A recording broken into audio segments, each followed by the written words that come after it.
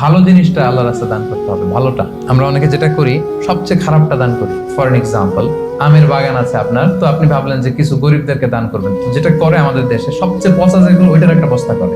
ওইটা কেন? ওইটা দান করবে উনি। এরপর ধরেন রিক্সা থেকে নামছেন, হঠাৎ একজন ভিক্ষুক ফরিয়া দিয়ে এসে হাত পাতলো।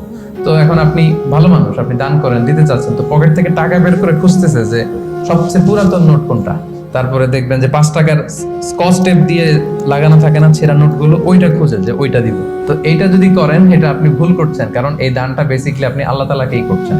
কিয়ামতের দিন আল্লাহ বলবে, আমারে তুমি খাবার দিলা না, আমাকে পোশাক দিলা না, আমাকে সাহায্য করলাম। বনি আদম বলবে, আল্লাহ বলেন কি? আপনি খাবার চাইলে তো সারা দুনিয়ার সব দামি দামি খাবারের বস্তা আপনার কাছে এনে দিতাম, আপনি পোশাক চাইলে তো আমারটাই খুলে দিতাম।